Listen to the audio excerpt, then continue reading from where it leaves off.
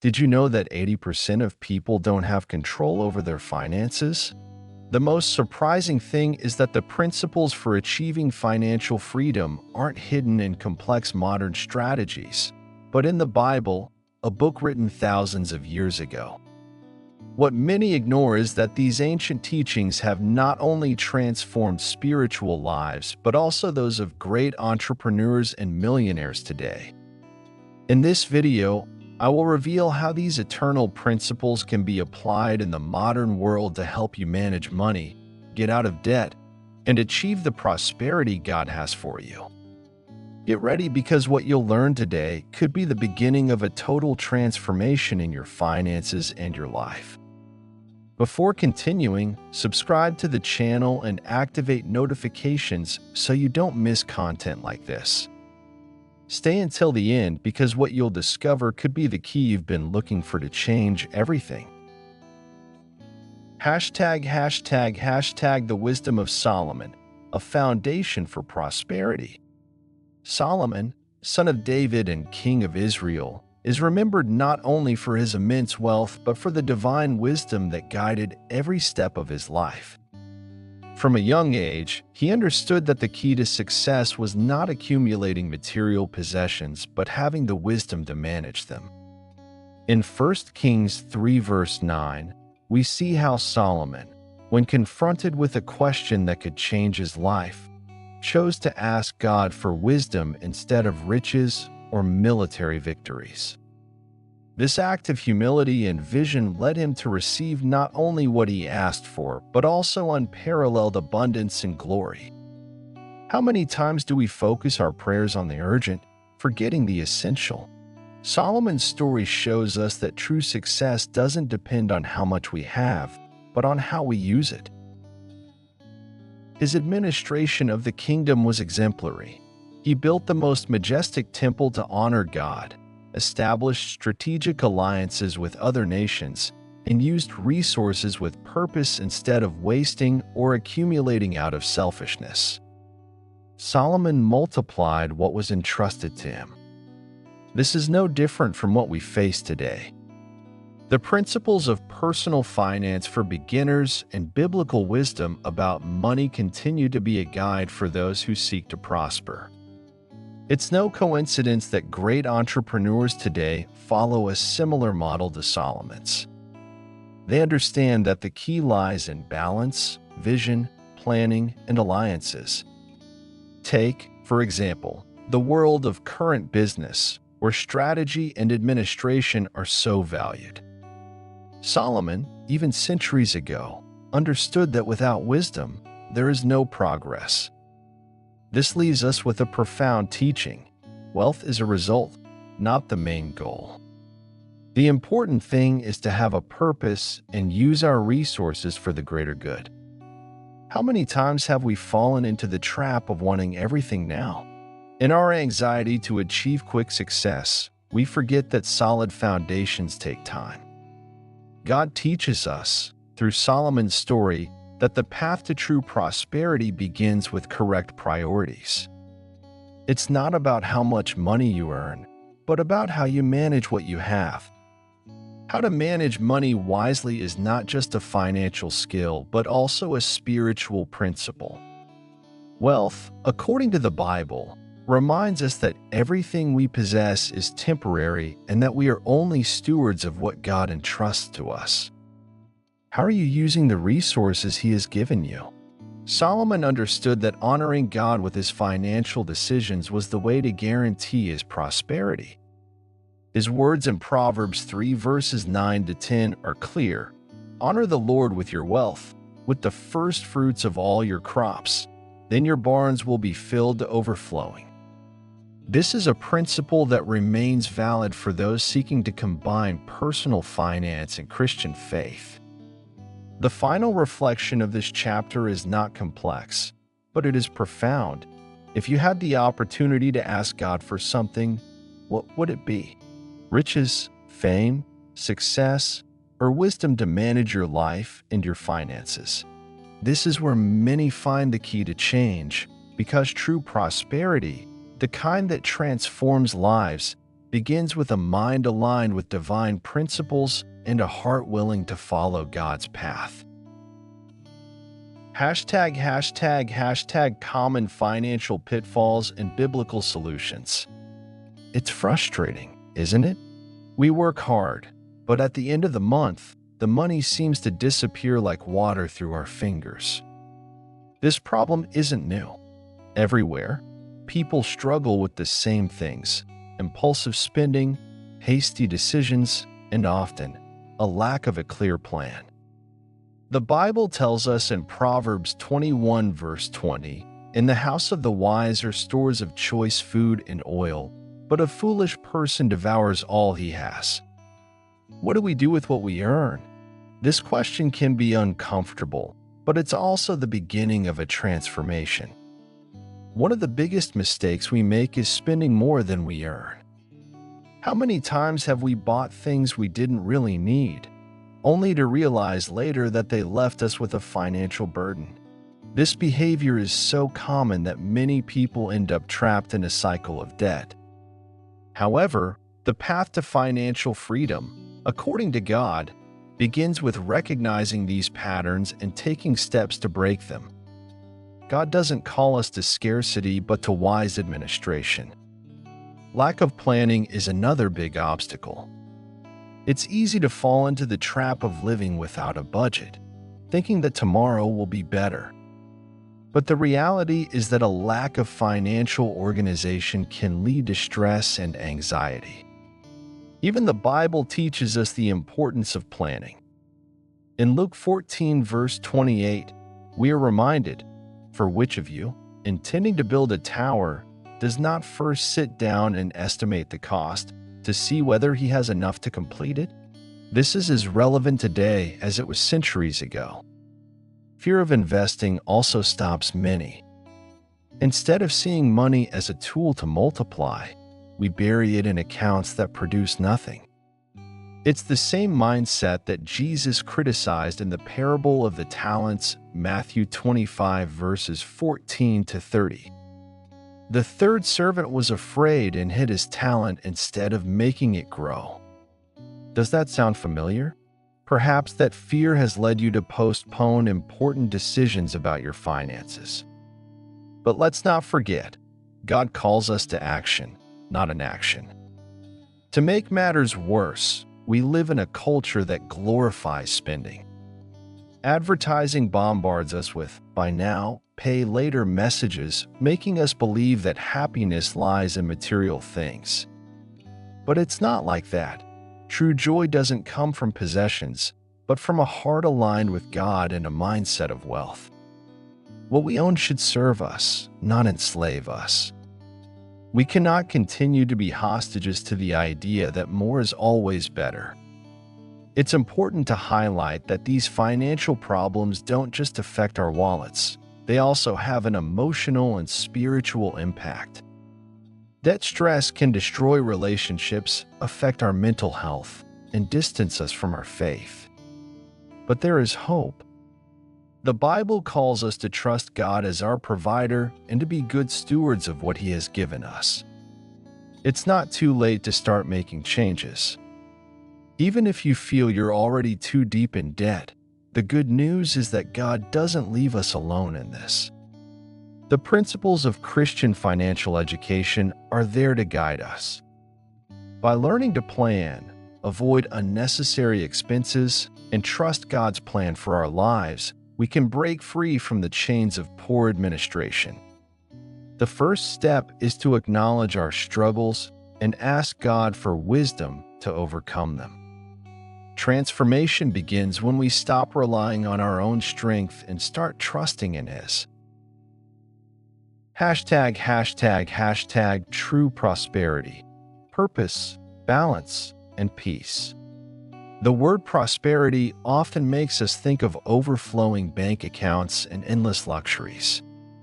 But the Bible shows us something different. True prosperity isn't measured by how much you have, but by how you live.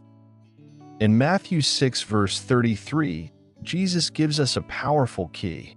"But seek first His kingdom and His righteousness, and all these things will be given to you as well." Prospering means having a purpose, living in balance, and honoring God with our decisions. What could be more significant than building a life that glorifies the Creator? Abraham is a perfect example of this integral prosperity. God called him to leave his land with a promise. He would make him the father of multitudes and bless him so that he could be a blessing to others. Abraham prospered not only in material goods, but also in faith and obedience. His life teaches us that true wealth lies in trusting God's promises and using what we have for His glory. This also applies to us today. Our wealth isn't just for accumulating, but for sharing and building a legacy. In the modern world, many entrepreneurs have understood this principle, even without knowing it. Think of those who dedicate a large part of their profits to social causes or who invest in initiatives that transform communities. They are essentially following the same biblical principles that guide believers. It's not just about receiving, but about giving. This balance between purpose and resources is what defines spiritual and financial prosperity. On the other hand, it's easy to get lost in the race for success and forget what really matters. How many times have we sacrificed time with our family, our health, or even our faith to pursue material goals? The Bible warns us, what good is it for someone to gain the whole world, yet forfeit their soul? Mark 8 verse 36. Prospering should not be a cause for anxiety, but an opportunity to live with fullness and gratitude. When thinking about the legacy we leave, let's remember that prosperity is also measured by the impact we have on others. Jesus himself lived a life of surrender and service, showing that the greatest wealth lies in loving our neighbor as ourselves. Thus, Christian education is not just a tool for managing money, but a way of living according to these principles. Every financial decision can be an act of faith. Let's not forget that prosperity also includes inner peace. Having material possessions but living with constant worry is not prospering. God calls us to trust Him as our provider. Philippians 4 verse 19 assures us, "And my God will meet all your needs according to the riches of His glory in Christ Jesus." This is the promise that sustains our hope and invites us to live with confidence, without fear of the future. True prosperity also transforms our mindset. It helps us see money not as an end, but as a means to fulfill God's purposes. It's a profound change, a liberation from anxiety, and a renewed focus on what truly matters. When we learn to manage our finances with faith, financial stress becomes an opportunity to trust in divine provision and build a life full of meaning. If today you need us to pray for your finances or any challenge you are facing, leave your request in the comments at the end of the video. We are here to support you, trusting that God has a plan of transformation for your life. ### practical steps for financial organization. It's amazing how, despite living in a world full of resources and tools, many still don't know where to start organizing their finances. However, the Bible gives us a practical and spiritual guide. Whoever can be trusted with very little can also be trusted with much. Luke 16 verse 10. This teaches us that the first step isn't to expect great wealth, but to wisely manage what we have now. It's like planting a seed. Even if it's small, with patience and care, it can grow and bear fruit. Planning isn't complicated, but it requires commitment. A simple budget can completely transform your financial life. Write down your income, categorize your expenses, and set a limit for what's not essential. This not only relieves the anxiety of not knowing where your money goes, but also helps you save for bigger goals. Even Joseph in the Old Testament showed us the importance of planning. During the 7 years of abundance, he stored provisions to face the years of scarcity. This strategy remains relevant today. Furthermore, setting aside a portion for God is a key principle. Tithes and offerings are not just acts of obedience, but also of faith. We recognize that everything we have comes from Him, and our generosity opens doors for His provision. By giving, we're not losing. We're investing in God's kingdom, as Malachi 3 verse 10 says, "Bring the whole tithe into the storehouse, that there may be food in my house. Test me in this, says the Lord Almighty, and see if I will not throw open the floodgates of heaven." This is an invitation to trust and see how God acts in our finances. Having clear goals is another essential step. Many of us live day to day without thinking about the future, but the Bible calls us to be foresight.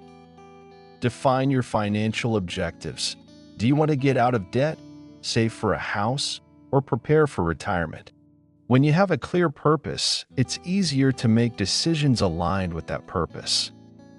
Also, by including God in your plans, you find direction and peace to face any challenge.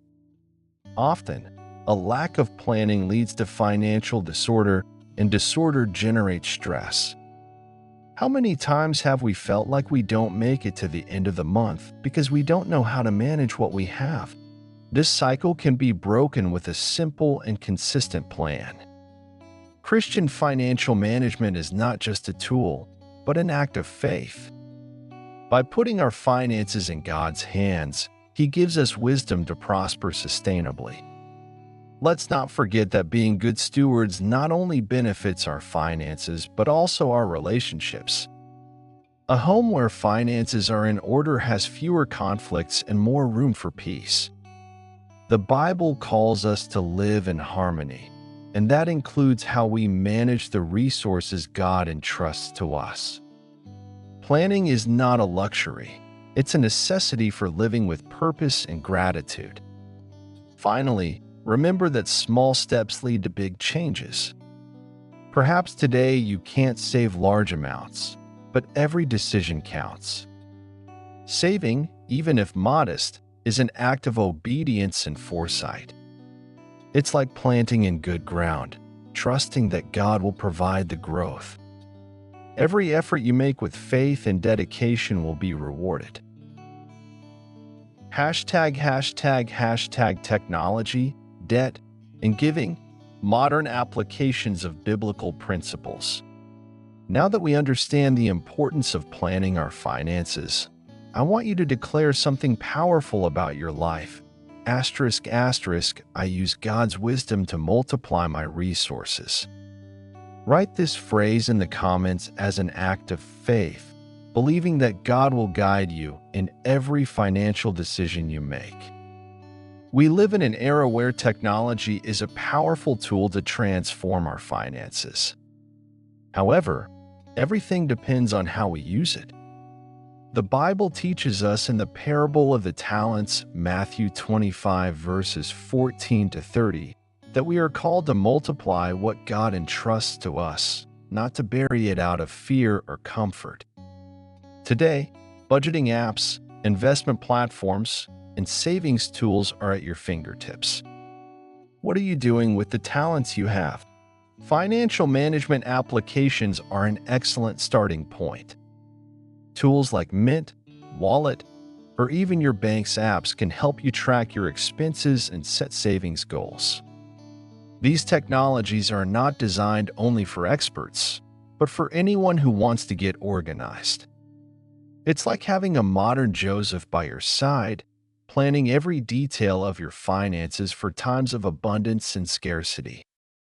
Can you imagine what you could achieve with this practical and constant help? Investment platforms are also a unique opportunity to multiply resources. In the past, investing seemed a luxury reserved for a few, but today there are accessible options for beginners. Index funds, long-term savings accounts, and apps like Robinhood or Acorns make this process simpler. Let's not forget that investing wisely is a way to honor God, ensuring that your resources grow and can be used for His purpose. Of course, technology has its pitfalls, and we cannot ignore them. Consumerism, driven by personalized ads, can lead us to spend more than we need.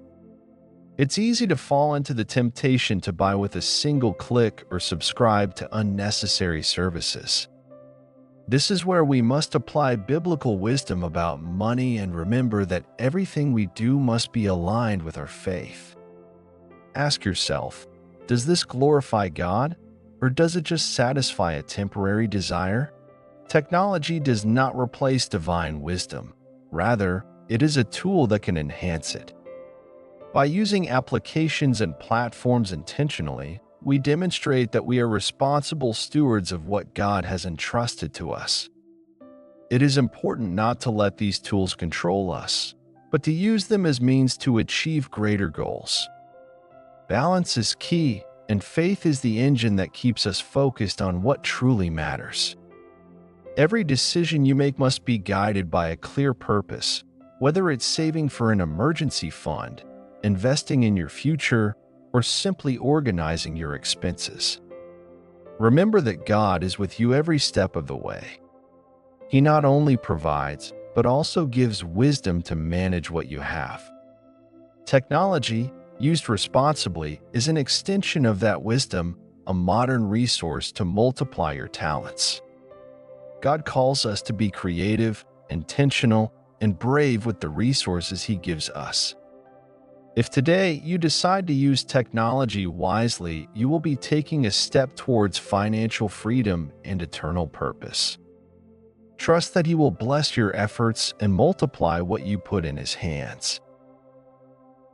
### breaking the chains of debt. Debts are a burden that affects not only our finances, but also our mental and spiritual peace.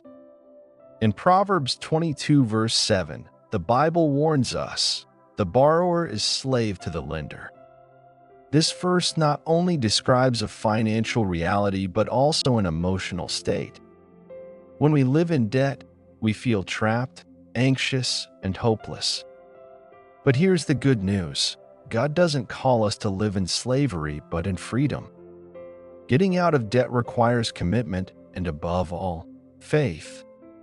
One of the most effective methods is the debt snowball method, where you first pay off your smallest debts while making minimum payments on the larger ones.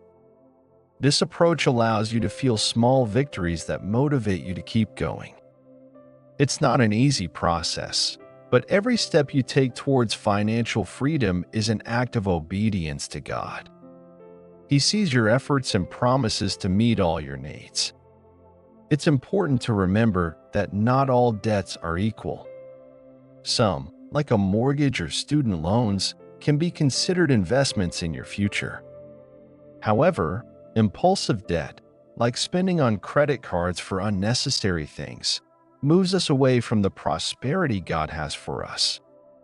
This is where financial wisdom for prospering plays a crucial role. Learning to distinguish between what is necessary and what is superfluous is a way to honor God with our decisions. Debts not only affect our finances, they also impact our relationships. Many families face conflicts due to financial problems, and this can create a barrier between us and the people we love. That's why taking control of our finances is not only an individual responsibility, but also an act of love towards our family.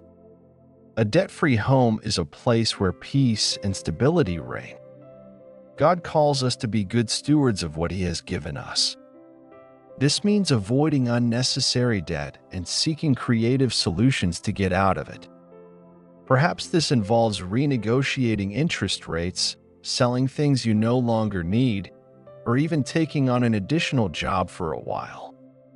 These decisions require effort, but every sacrifice is a step towards the freedom God wants for you. It's important to approach debts with a mindset of hope, not despair. Remember that the Bible itself teaches us that nothing is impossible for God.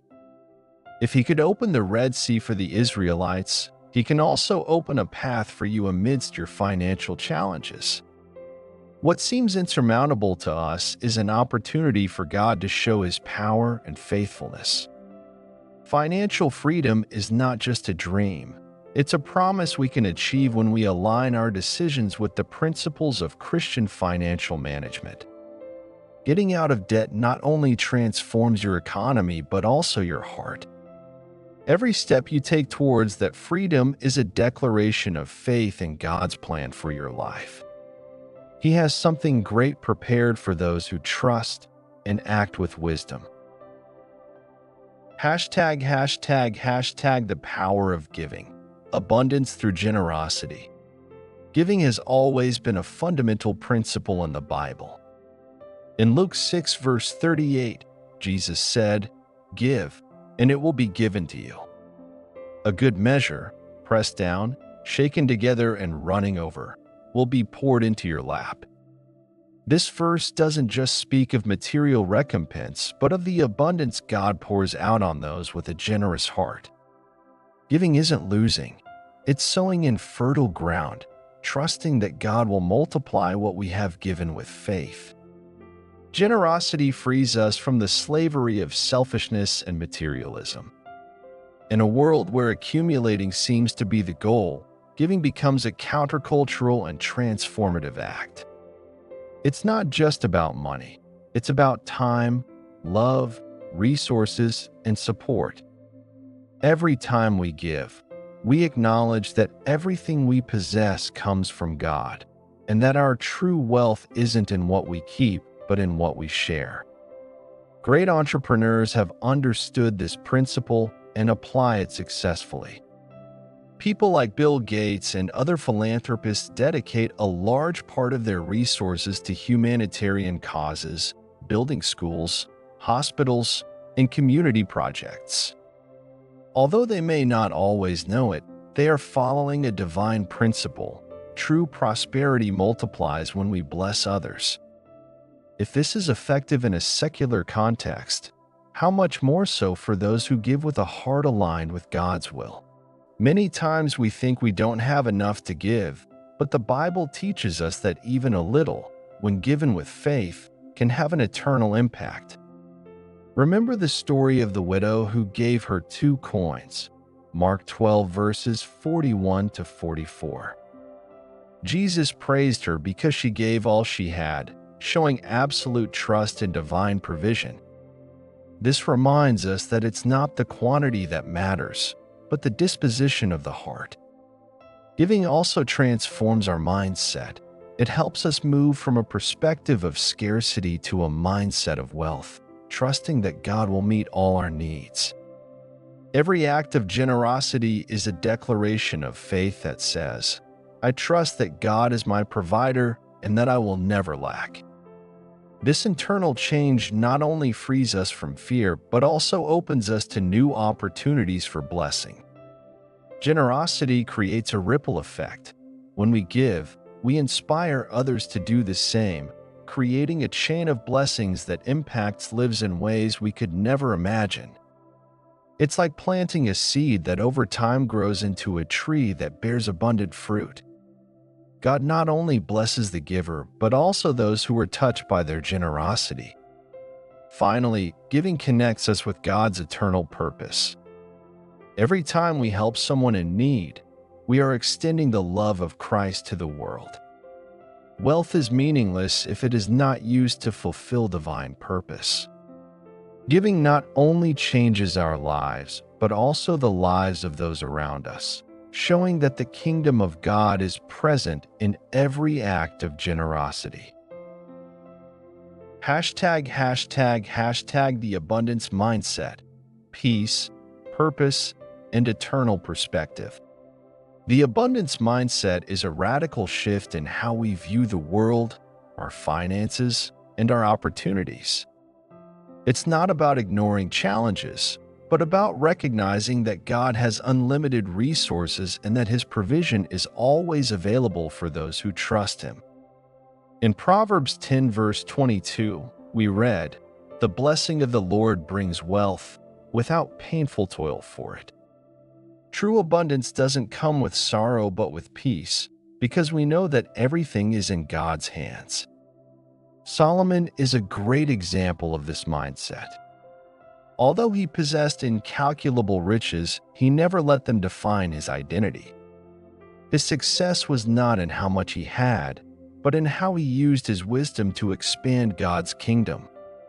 Great entrepreneurs today apply this same principle. They see opportunities where others see problems, focus on solutions, and seek ways to make a positive impact. If Solomon achieved this in his time, what can we do with the tools we have today? This mindset doesn't mean denying difficult moments, but facing them with confidence. Many times we let ourselves be paralyzed by the fear of scarcity. We think, what will happen if I lose the little I have? However, the Bible teaches us that faith is essential to move forward. Hebrews 11 verse 1 says, "Now faith is confidence in what we hope for and assurance about what we do not see." A positive mindset for prospering begins with believing that God has a greater purpose, even in moments of uncertainty. Great entrepreneurs not only accumulate, they manage with purpose. This principle is deeply biblical. In the parable of the talents, Matthew 25 verses 14 to 30, we see how the servant who multiplied his talents was praised for his diligence, while the one who hid it was reprimanded. This reminds us that we cannot remain stagnant out of fear. Every resource God gives us is an opportunity to glorify His name and bless others. It's crucial to adopt a stewardship mindset and not an accumulator mindset. Everything we have has been entrusted to us by God, and one day we will give an account of how we used it. This includes our time, our skills, and our finances. When we see our possessions as tools to fulfill divine purpose, we stop focusing on how much we have and start thinking about how much we can give and build for His kingdom. An abundance mindset also implies gratitude. Instead of complaining about what we lack, let's be grateful for what we already have. This change of perspective not only brings joy but also inspiration to keep moving forward. By recognizing that every blessing comes from God, our confidence in His provision grows, and this motivates us to act with courage and determination. Finally, let's remember that abundance is not only material, it is spiritual. The greatest wealth we can possess is a close relationship with God, who is the source of everything we need. When we live aligned with His purpose, we find satisfaction and peace that money could never give us. He not only wants to bless us, but also calls us to be a blessing to others, bringing His love and hope through everything we do.